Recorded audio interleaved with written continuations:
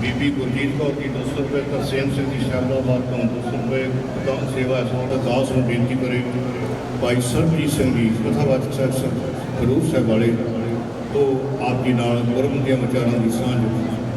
ਸਤਨਾਮ ਵਾਹਿਗੁਰੂ ਸਾਹਿਬ ਜੀ। ਜੀ ਸੋ ਚੰਦਾ ਉਗਵੈ ਸੂਰਜ ਚੜੇ ਹਜ਼ਾਰ, ਇਤੇ ਚਾਨਣ ਹੁੰਦਿਆਂ ਗੁਰ ਬਿਨ ਘੋਰ ਅੰਧਾਰ।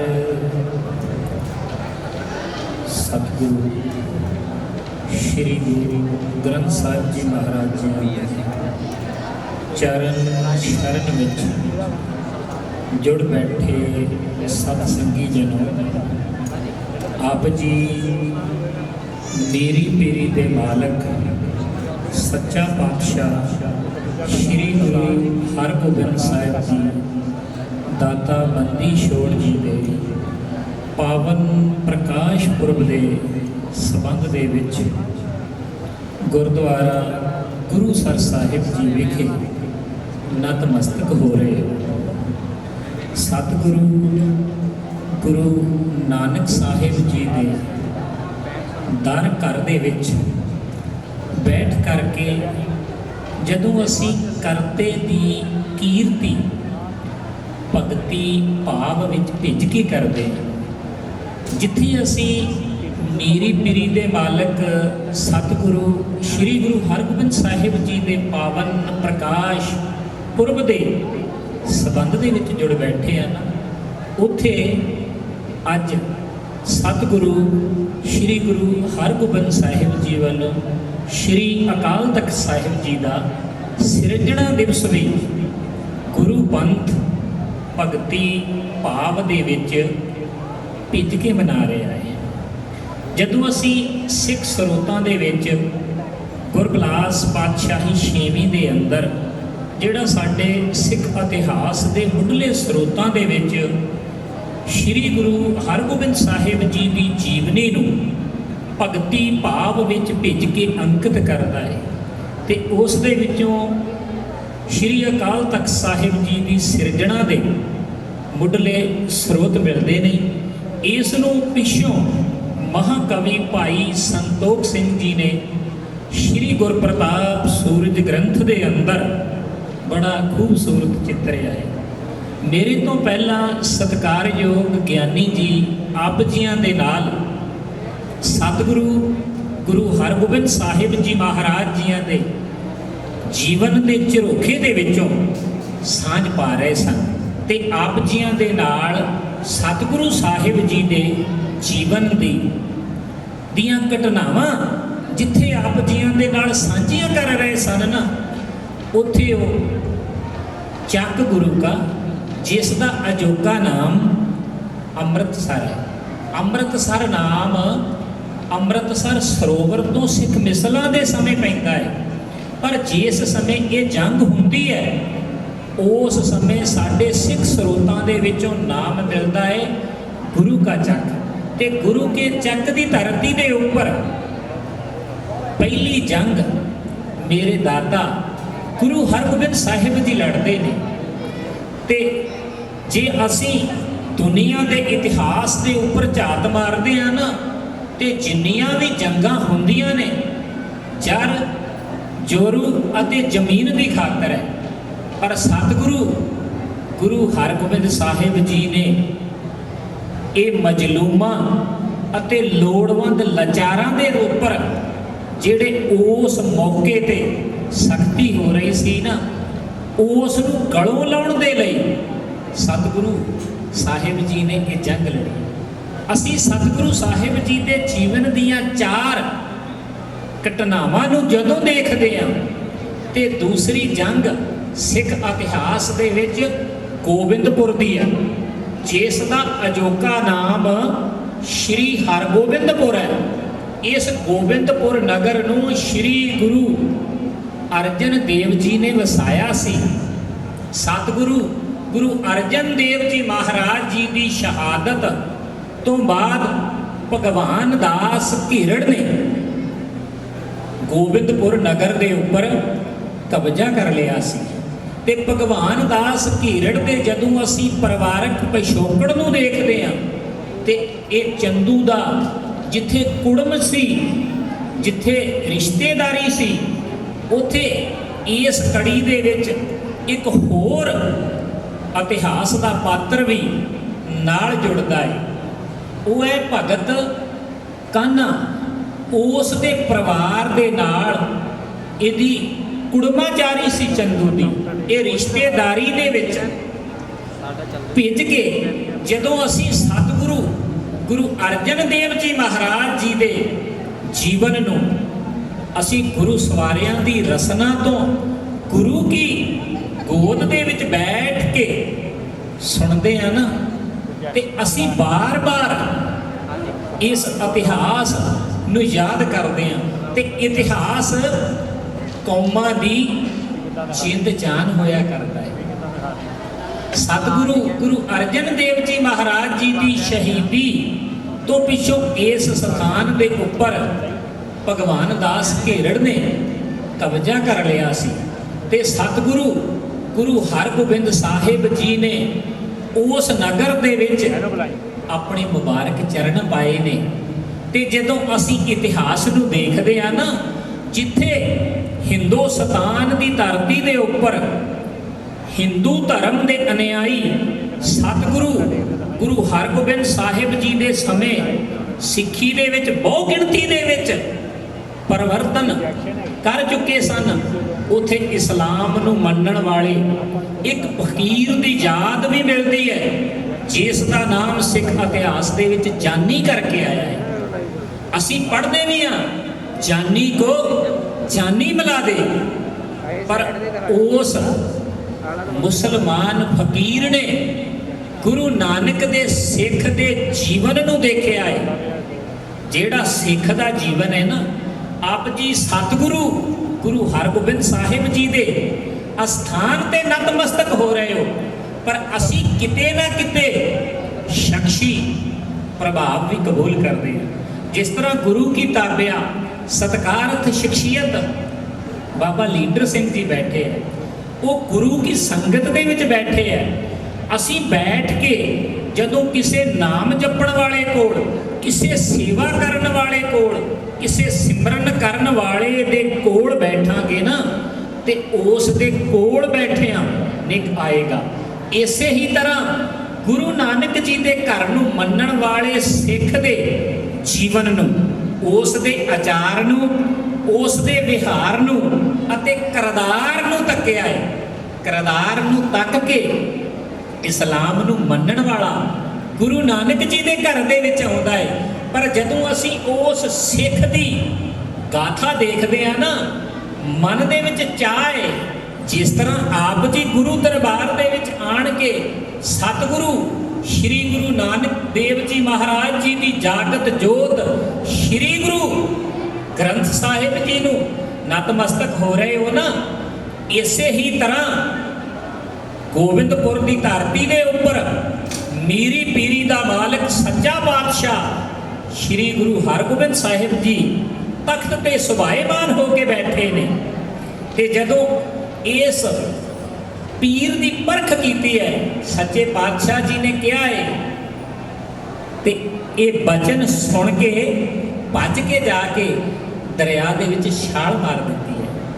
ਇਹ ਸਿੱਖ ਦਾ ਜਿਹੜਾ ਜੀਵਨ ਹੈ, ਅੱਜ ਜਦੋਂ ਅਸੀਂ ਸਿੱਖ ਦੇ ਜੀਵਨ ਨੂੰ ਦੇਖਾਂਗੇ, ਜਿਵੇਂ ਗੁਰੂ ਨਾਨਕ ਜੀ ਦੇ ਘਰ ਨੂੰ ਮੰਨਣ ਵਾਲੇ ਸਿੱਖ ਸੀ ਭਾਈ ਜੋਧ ਜੀ, ਤੇ ਭਾਈ ਜੋਧ ਜੀ ਪਾਸੋਂ ਬਾਣੀ ਸੁਣੀ ਸੀ ਭਾਈ ਲਹਿਣਾ ਜੀ ਨੇ।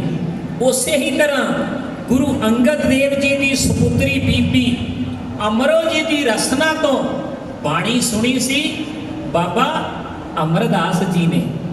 ਅੱਜ ਭਲੇ ਜਨਮ ਕਿਸੇ ਦੂਸਰੇ ਧਰਮ ਦੇ ਵਿੱਚ ਹੋਇਆ ਹੈ, ਪਰ ਜਦੋਂ ਸਿੱਖ ਦੇ ਕਿਰਦਾਰ ਨੂੰ ਦੇਖਿਆ ਹੈ ਨਾ, ਤੇ ਸ਼੍ਰੀ ਹਰਗੋਬਿੰਦਪੁਰ ਸਾਹਿਬ ਦੀ ਧਰਤੀ ਦੇ ਉੱਪਰ ਉਸ ਮੁਸਲਮਾਨ ਪੀਰ ਨੇ ਭਗਤੀ ਦੇ ਵਿੱਚ ਭਿੱਜ ਕੇ ਸਿੱਖ ਦੇ ਜੀਵਨ ਨੂੰ ਤੱਕਿਆ ਹੈ। ਤੇ ਗੁਰੂ ਸਾਹਿਬ ਜੀ ਨੇ ਪਰਖ ਕੀਤੀ ਹੈ। ਅਸੀਂ ਜਦੋਂ ਵੀ ਆਪਣੇ ਘਰੋਂ ਗੁਰੂ ਦੁਆਰੇ ਵੱਲ ਚੱਲਦੇ ਹਾਂ ਤੇ ਸਾਡਾ ਉਸ ਵੇਲੇ ਸੰਸਕਾਰ ਬਣਨਾ ਸ਼ੁਰੂ ਹੋ ਜਾਂਦਾ ਹੈ। ਆਪਣੇ ਮਨ ਦੇ ਵਿੱਚ ਇੱਕ ਚਾਹ ਸੀ ਕਿ ਅੱਜ ਅਸੀਂ ਸ੍ਰੀ ਗੁਰੂ ਹਰਗੋਬਿੰਦ ਸਾਹਿਬ ਜੀ ਦੇ ਅਸਥਾਨ ਤੇ ਜਾ ਕੇ ਨਤਮਸਤਕ ਹੋਣਾ ਹੈ। ਪਰ ਜਦੋਂ ਅਸੀਂ ਚੱਲਣ ਲੱਗਦੇ ਹਾਂ ਸਾਡੇ ਮਨ ਦੇ ਅੰਦਰ ਸੰਸਕਾਰ ਬਣਨਾ ਸ਼ੁਰੂ ਹੋ ਜਾਂਦਾ ਹੈ। ਜਿਹੜਾ ਸਿੱਖ ਦਾ ਜੀਵਨ ਹੈ ਨਾ ਉਹ ਹੈ ਸਿੱਖਣਾ, ਸਿੱਖੀ, ਸਿੱਖਿਆ, ਗੁਰ ਵਿਚਾਰ। ਜਦੋਂ ਅਸੀਂ ਗੁਰੂ ਦੀ ਬਾਣੀ ਨੂੰ ਸੁਣਾਂਗੇ ਤੇ ਜੇ ਅਸੀਂ ਇਤਿਹਾਸ ਨੂੰ ਪੜ੍ਹਦੇ ਆ ਨਾ ਤੇ ਇਤਿਹਾਸ ਕੌਮਾਂ ਦੀ ਜਿੰਦ ਜਾਨ ਹੈ। ਗੁਰੂ ਹਰਗੋਬਿੰਦ ਸਾਹਿਬ ਜੀ ਦੇ ਸਮੇਂ 11 ਸਿੱਖ ਸੂਰਬੀਰ ਯੋਧਿਆਂ ਦੀ ਅਗਵਾਈ ਦੇ ਵਿੱਚ ਜੰਗ ਹੁੰਦੀ ਹੈ ਤੇ ਸੱਚੇ ਪਾਤਸ਼ਾਹ ਸ੍ਰੀ ਗੁਰੂ ਹਰਗੋਬਿੰਦ ਸਾਹਿਬ ਜੀ ਦੀ ਫਤਿਹ ਹੁੰਦੀ ਹੈ ਤੇ ਸੱਚੇ ਪਾਤਸ਼ਾਹ ਜੀ ਨੇ ਫਿਰ ਉਸ ਨਗਰ ਦੀ ਦੁਬਾਰਾ ਉਸਾਰੀ ਕਰਵਾਈ ਹੈ ਤੇ ਸਾਡੇ ਸਿੱਖ ਸਰੋਤਾਂ ਦੇ ਵਿੱਚ ਗੋਬਿੰਦਪੁਰ ਤੋਂ ਉਸ ਨਗਰ ਦਾ ਨਾਮ ਬਦਲ ਕੇ ਸ਼੍ਰੀ ਹਰਗੋਬਿੰਦਪੁਰ ਰੱਖਿਆ ਹੈ। ਅੱਜ ਅਸੀਂ ਜਦੋਂ ਸ਼੍ਰੀ ਹਰਗੋਬਿੰਦਪੁਰ ਨਗਰ ਦਾ ਨਾਮ ਲੈਂਦੇ ਹਾਂ ਤੇ ਉਸ ਨਗਰ ਦੇ ਨਾਲ ਹੀ ਸੱਚੇ ਪਾਤਸ਼ਾਹ ਸ਼੍ਰੀ ਗੁਰੂ ਹਰਗੋਬਿੰਦ ਸਾਹਿਬ ਜੀ ਦੀ ਯਾਦ ਆਉਂਦੀ ਹੈ। ਤੇ ਜਦੋਂ ਅਸੀਂ ਨਗਰ ਵਸਾਉਣ ਦੀਆਂ ਘਟਨਾਵਾਂ ਨੂੰ ਇਤਿਹਾਸ ਦੇ ਵਿੱਚ ਦੇਖਾਂਗੇ ਨਾ ਤੇ ਗੁਰੂ ਨਾਨਕ ਦੇਵ ਜੀ ਮਹਾਰਾਜ ਜੀਆਂ ਨੇ ਪਹਿਲਾ ਨਗਰ ਵਸਾਇਆ ਸੀ, ਉਸ ਦਾ ਨਾਮ ਰੱਖਿਆ ਸੀ ਕਰਤਾਰਪੁਰ। ਸਿੱਖ ਦਾ ਜਿਹੜਾ ਜੀਵਨ ਹੈ ਨਾ ਉਹ ਹੈ ਜੁੜਨਾ। ਜੁੜਿਆ ਹੋਇਆ ਜੋੜ ਦੇਵੇਗਾ ਤੇ ਟੁੱਟਿਆ ਹੋਇਆ ਤੋੜ ਦੇਵੇਗਾ। ਗੁਰ ਸੰਗਤ ਜੀ ਗੱਲ ਇਹ ਜਿਹੜੀਆਂ ਕਥਨੀਆਂ ਨਾ ਇਹ ਆ ਪੂਰਿਆਂ ਦੀਆਂ ਤੇ ਮੇਰੇ ਵਰਗੇ ਅਧੂਰੇ ਗੁਰੂ ਦੀ ਗੋਦ ਵਿੱਚ ਬੈਠ ਕੇ ਬਿਆਨ ਨਹੀਂ ਕਰ ਸਕਦੇ। ਫਿਰ ਵੀ ਜਿੱਥੇ ਅਸੀਂ ਗੁਰੂ ਦੇ ਇਤਿਹਾਸ ਨੂੰ, ਗੁਰੂ ਦੀ ਗੁਰਬਾਣੀ ਨੂੰ ਜਦੋਂ ਭਗਤੀ ਭਾਵ ਦੇ ਵਿੱਚ ਭਿੱਜ ਕੇ ਪੜਾਂਗੇ ਤੇ ਸਤਿਗੁਰੂ ਗੁਰੂ ਨਾਨਕ ਸਾਹਿਬ ਸੱਚਾ ਪਾਤਸ਼ਾਹ ਮਿਹਰਮਤ ਕਰਕੇ, ਦਇਆ ਕਰਕੇ ਸਾਡੀ ਜਿਹੜੀ ਝੋਲੀ ਹੈ ਉਹ ਨਾਮ ਦੇ ਨਾਲ ਭਰ ਦੇਣਗੇ। ਸਤਿਗੁਰੂ ਸ੍ਰੀ ਗੁਰੂ ਗ੍ਰੰਥ ਸਾਹਿਬ ਜੀ ਮਹਾਰਾਜ ਜੀਆਂ ਦਾ ਕੋਟਾਨ ਕੋਟ ਧੰਨਵਾਦ, ਕੋਟਾਨ ਕੋਟ ਧੰਨਵਾਦ ਸੰਤ ਬਾਬਾ ਲੀਡਰ ਸਿੰਘ ਜੀ ਦਾ ਤੇ ਗੁਰੂ ਕੀਆਂ ਸੰਗਤਾਂ ਦਾ। ਸਾਡੇ ਇੱਥੇ ਸਤਿਕਾਰਯੋਗ ਭਾਈ ਹਰਜੀਤ ਸਿੰਘ ਜੀ ਇੰਚਾਰਜ ਮਾਝਾ ਜ਼ੋਨ ਵੀ ਗੁਰੂ ਕੀ ਸੰਗਤ ਵਿੱਚ ਬੈਠੇ ਨੇ। ਦਾਸ ਉਹਨਾਂ ਨੂੰ ਦਾ ਵੀ ਧੰਨਵਾਦ ਕਰਦਾ। ਭੁੱਲਣ ਅੰਦਰ ਸਭ ਕੋ ਅਭੁੱਲ ਗੁਰੂ ਕਰਤਾਰ, ਮਾਨ ਸਨਮਾਨ ਲਈ ਧੰਨਵਾਦ, ਭੁੱਲ ਚੁੱਕ ਦੀ ਮੁਆਫੀ। ਵਾਹਿਗੁਰੂ ਜੀ ਕਾ ਖਾਲਸਾ, ਵਾਹਿਗੁਰੂ ਜੀ ਕੀ ਫਤਿਹ। ਕਥਾਵਾਚਕ ਖਡੂਰ ਸਾਹਿਬ ਵਾਲੇ ਜਿਨ੍ਹਾਂ ਨੇ ਆਪ ਦੇ ਨਾਲ ਸਤਿਗੁਰੂ ਹਰਗੋਬਿੰਦ ਸਾਹਿਬ ਜੀ ਮਹਾਰਾਜ ਦੇ ਜੀਵਨ ਦੇ ਵਿੱਚੋਂ ਕੁਝ ਝਲਕੀਆਂ ਜਿਹੜੀਆਂ ਹਨ ਉਹਨਾਂ ਦੀ ਸਾਂਝ ਪਾਈ ਹੈ। ਬਹੁਤ ਬਹੁਤ ਧੰਨਵਾਦ ਹੈ ਜੀ। ਇੱਕ ਰਜਿੰਦਰ ਸਿੰਘ ਮਸਕਤ ਵਾਲੇ ਚੜ੍ਹਦੀ ਕਲਾ ਲਈ 1000 ਰੁਪਇਆ, ਸ਼ਰਨਜੀਤ ਸਿੰਘ ਮਿਆਣੀ 200 ਰੁਪਏ, ਗੁਰਮੇਲ ਸਿੰਘ ਜੀ 500 ਰੁਪਏ, ਸਰਦਾਰ ਸੋਹਣ ਸਿੰਘ ਸਾਹਿਬਾ 500 ਰੁਪਏ, ਵਿਰਸਾ ਸਿੰਘ ਜੀ 200 ਰੁਪਏ। ਬਹੁਤ ਬਹੁਤ ਧੰਨਵਾਦ ਹੈ ਜੀ। ਸਤਿਗੁਰੂ ਸੱਚੇ ਪਾਤਸ਼ਾਹ ਸ਼ੁਭ ਕਾਮਨਾਵਾਂ ਪੂਰੀਆਂ ਕਰਨ, ਪਰਿਵਾਰ ਸੁਖ ਸ਼ਾਂਤੀ ਚੜ੍ਹਦੀ ਕਲਾ ਰੱਖਣ ਅਤੇ ਕਮਾਈਆਂ ਤੋਂ ਬਰਕਤਾਂ ਪਾਉਣ। ਸੋ ਆਓ ਭਾਈ ਸਾਹਿਬ ਜੀ ਪਿਆਰ ਸਾਨਾ ਕਰੀਏ। ਵਾਹਿਗੁਰੂ ਜੀ ਕਾ ਖਾਲਸਾ, ਵਾਹਿਗੁਰੂ ਜੀ ਕੀ ਫਤਿਹ। ਸਤਿਨਾਮ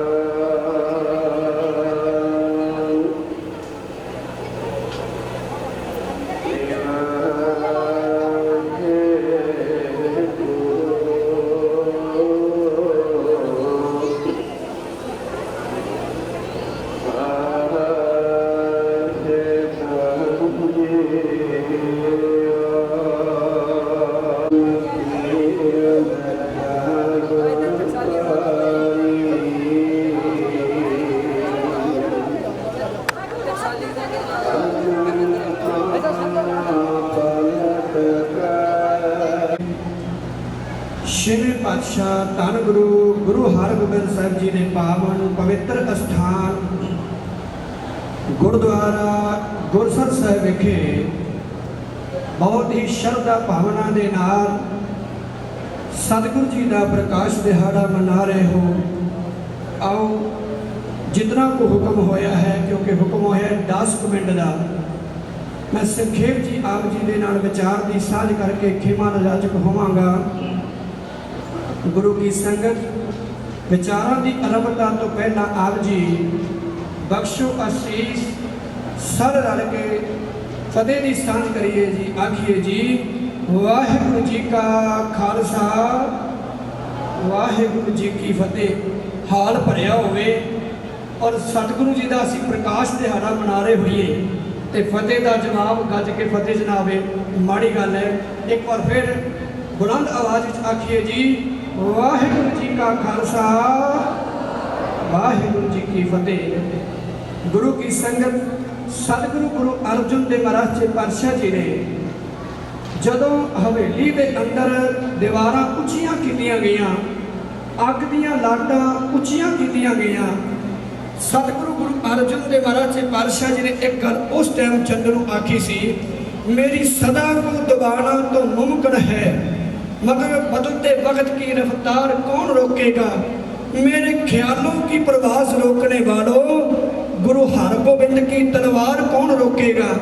गुरु की संगत सतगुरु गुरु अर्जुन देव महाराज ने आख्या सी, अज तुसी मेरी आवाज़ नूं बंद करन दा यतन कर रहे हो, जिन्नियां मर्जी अग दियां लाटां उच्चियां कर लो, पर जिहड़ी सच दी आवाज़ मैं गुरु ग्रंथ साहिब महाराज के अंदर दे के आया, उन्हों कोई दुनिया की ताकत ना बंद कर सकेगी ते ना हो सकेगी, ना पहला होई है ते ना आने वाले समय उन्होंने कोई बंद कर सकेगा। सच की आवाज़ हमेशा बुलंद रहेगी। नाल सतगुरु ने आख्या अज तो तुसी अग दियां लाटां उच्चियां कर लो, पर आने वाले समय तो बाद मेरे तो बाद मेरे पुत्र ने 2 कुर्बाना पाउणियां ने, एक मीरी दी एक पीली दी। गुरु की संगत सतगुरु गुरु अर्जुन देव महाराज जी पातशाह जी आप ये वचन कह के आए सन, पुत्र जी असी चले हाँ तुरगा कोल, असी शांतमई ढंग दे नाल समझाउण दा यतन करांगे, पर जे उन्हां दी आत्मा अंदरों दया खंभ ला के उड़ चुकी हुई ते पुत्र जी फिर तुसी 2 कुर्बाना पाउणियां ने। ते मैं बेनती करां, कईयां ने कह दिता बाबा बुढ़ा जी पाउण लगे भुल गए, पानी सी सज्जे ते खब्बे पा दी। नहीं गुरमुखो, ये पहला ही प्लानिंग सी, जिथे मीरी दी है जिथे पीरी दी है उत्थे नाल मीरी दी भी कुर्बान पानी है। 2 कुर्बाना मेरे सतगुरु गुरु हरगोबिंद महाराज जी पातशाह ने पाइया।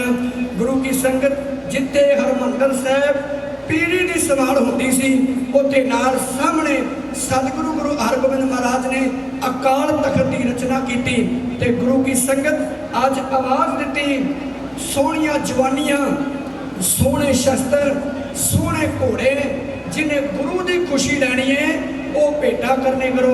गुरु की संगत गुरु के सिंघां ने अपना आपा गुरु हरगोबिंद महाराज छेवें पातशाह के अगे संपूर्ण किया, सिंघां ने अपना आपा सतगुरु जी को भेंट किया। गुरु की संगत सतगुरु गुरु हरगोबिंद महाराज ने 4 जंगां लड़ियां, जिथे सतगुरु गुरु हरगोबिंद महाराज ने पहली जंग अमृतसर साहब की लड़ी, जिहदे विच पैंदे खान जिन्हों सतगुरु गुरु हरगोबिंद महाराज छेवें पातशाह जी ने आप अपने को रख के पालिया, जिन्हों आप सतगुरु ने शस्त्र विद्या सिखानी की। गुरु की संगत उन्होंने आप उहदे मूँह च बुरकियां पाइयां, पाप लाड़ लड़ाए।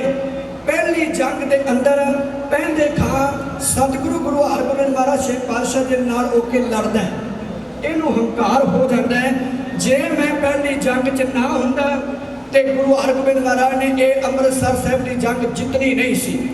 गुरमुखो, दूसरी जंग सतगुरु गुरु हरगोबिंद महाराज जी पातशाह जी लड़ते ने, इनू बुलाते नहीं, ना ही सतगुरु जी ने इनू दूसरी जंग च बुलाया ते ना ही इनू सतगुरु ने तीसरी जंग च बुलाना किया।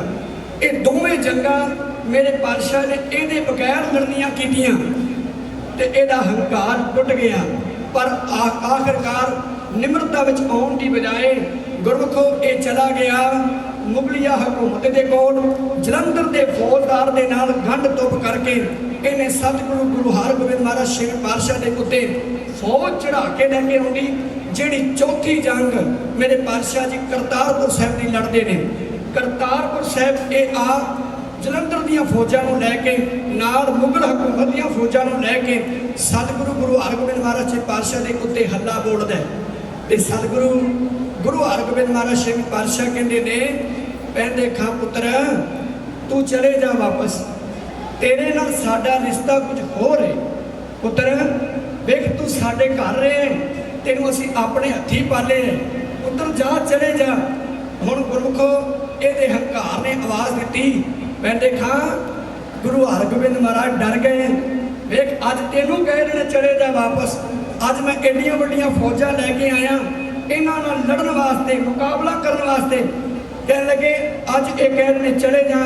ਗੁਰਮੁਖੋ ਜਦੋਂ ਪੈਂਦੇ ਖਾਂ ਨਹੀਂ ਮੰਨਿਆ ਤੇ ਸਤਿਗੁਰੂ ਗੁਰੂ ਹਰਗੋਬਿੰਦ ਮਹਾਰਾਜ ਛੇਵੇਂ ਪਾਤਸ਼ਾਹ ਕਹਿਣ ਲੱਗੇ, ਪੈਂਦੇ ਖਾਂ ਫਿਰ ਤੂੰ ਸਾਹਮਣੇ ਆ ਮੈਦਾਨ ਦੇ ਵਿੱਚ, ਆਪਾਂ ਦੋਵੇਂ ਇੱਕ ਦੂਜੇ ਦੇ ਉੱਤੇ ਵਾਰ ਕਰਦੇ ਹਾਂ। ਗੁਰਮੁਖੋ ਸਤਿਗੁਰੂ ਗੁਰੂ ਹਰਗੋਬਿੰਦ ਮਹਾਰਾਜ ਜੀ ਘੋੜੇ ਤੇ ਚੜੇ ਹੋਏ ਪੈਂਦੇ ਖਾਂ ਦੇ ਸਾਹਮਣੇ ਜਾਂਦੇ ਨੇ ਤੇ ਪੈਂਦੇ ਖਾਂ ਨੂੰ ਇੱਕ ਗੱਲ ਕਹਿੰਦੇ ਨੇ, ਕਹਿਣ ਲੱਗੇ ਪੈਂਦੇ ਖਾਂ ਮਨ 'ਚ ਖਿਆਲ ਨਾ ਰਹਿ ਜਾਏ, ਮੈਂ ਗੁਰੂ ਹਰਗੋਬਿੰਦ ਮਹਾਰਾਜ ਛੇਵੇਂ ਪਾਤਸ਼ਾਹ ਦੇ ਕੋਲ ਸਾਹਮਣੇ ਗਿਆ, ਮੈਨੂੰ ਮੌਕਾ ਨਹੀਂ ਦਿੱਤਾ ਗਿਆ ਵਾਰ ਕਰਨ ਦਾ। ਕਹਿਣ ਲੱਗੇ ਅਸੀਂ ਤੈਨੂੰ ਪਹਿਲਾਂ ਸਮਾਂ ਦਿੰਦੇ ਆ, ਤੂੰ ਪਹਿਲਾਂ ਵਾਰ ਕਰ। ਗੁਰਮੁਖੋ ਸਾਡਾ ਇਤਿਹਾਸ ਕਹਿੰਦਾ ਹੈ ਪੈਂਦੇ ਖਾਂ ਨੇ 3 ਵਾਰ ਸਤਿਗੁਰੂ ਗੁਰੂ ਹਰਗੋਬਿੰਦ ਮਹਾਰਾਜ ਛੇਵੇਂ ਪਾਤਸ਼ਾਹ ਜੀ ਦੇ ਉੱਤੇ ਕੀਤੇ। ਪਹਿਲਾ ਵੀ ਇਹਦਾ ਇਸ ਤਰ੍ਹਾਂ ਲੰਘਿਆ, ਦੂਸਰਾ ਵੀ ਇਹਦਾ ਖਾਲੀ ਗਿਆ, ਜਦੋਂ ਤੀਸਰਾ ਵਾਰ ਖਾਲੀ ਚਲਾ ਗਿਆ ਸਤਿਗੁਰੂ ਗੁਰੂ ਹਰਗੋਬਿੰਦ ਮਹਾਰਾਜ ਕਹਿਣ ਲੱਗੇ ਪੈਂਦੇ ਖਾਂ ਤੂੰ 3 ਕੀਤੇ, ਅਸੀਂ ਹੁਣ 1 ਵਾਰ ਕਰਾਂਗੇ, ਉਹਨੂੰ ਜਿਹੜਾ ਸਵਾਲ ਨਹੀਂ। ਗੁਰਮੁਖੋ ਜਦੋਂ ਸਤਿਗੁਰੂ ਜੀ ਨੇ ਵਾਰ ਕੀਤਾ ਪਹਿਲਾਂ ਤੇ ਨਾਲ ਵਚਨ ਕੀਤਾ ਚੂਨੀ ਨਹੀਂ ਚੂਨਾ ਬਾਸ਼। ਕਹਿੰਦੇ ਖਾਂ ਪੁੱਤਰ ਸਿੱਖਿਆ ਤੂੰ ਸਾਡੇ ਘਰ ਚੋਂ ਹੀ ਹੈ, ਪਰ ਆ ਲੈ ਵਾਰ ਇਸ ਤਰ੍ਹਾਂ ਨਹੀਂ, ਇਸ ਤਰ੍ਹਾਂ ਕਰੀਦਾ।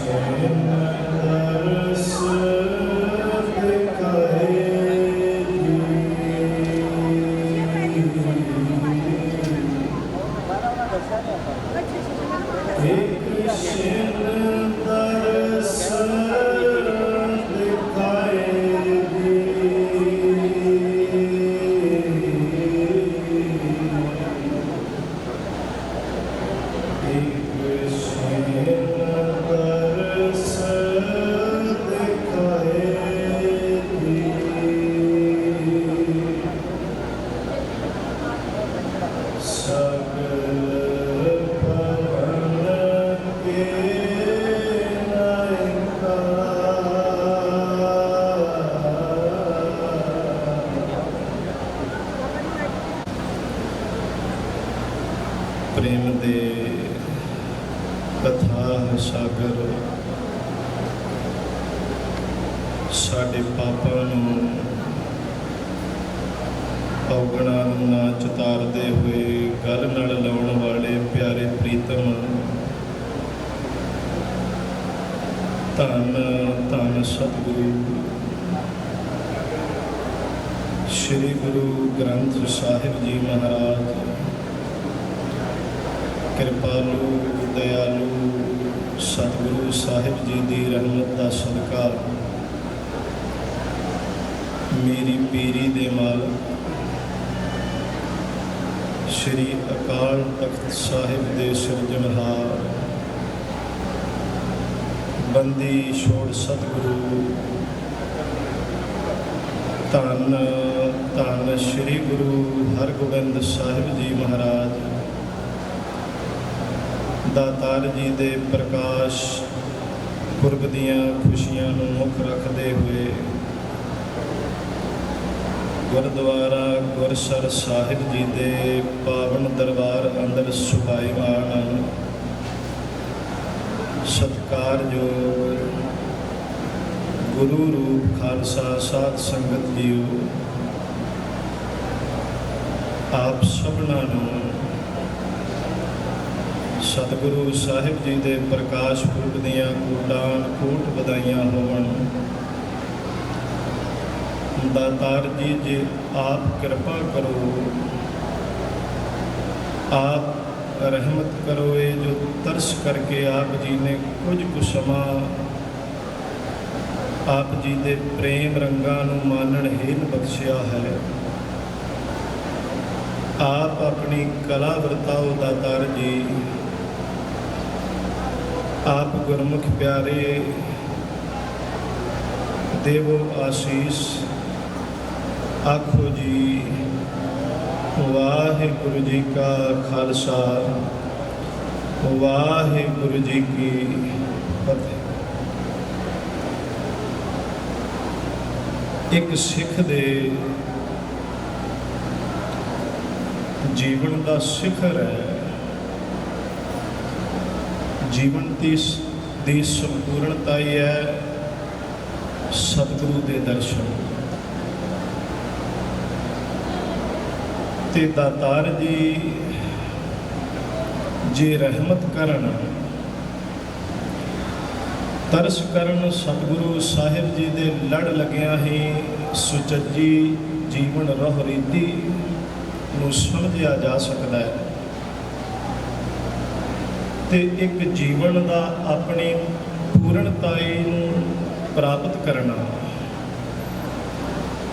ਜਿਸ ਕਾਰਨ ਮਨੁੱਖ ਦਾ ਸੰਸਾਰ ਤੇ ਆਉਣਾ ਹੋਇਆ, ਉਸ ਮੰਜ਼ਲੇ ਮਕਸੂਦ ਦੀ ਪ੍ਰਾਪਤੀ ਸਤਿਗੁਰੂ ਤੋਂ ਬਿਨਾਂ ਨਹੀਂ। ਮਹਾਰਾਜ ਜੀ ਦੇ ਬਚਨ ਨੇ,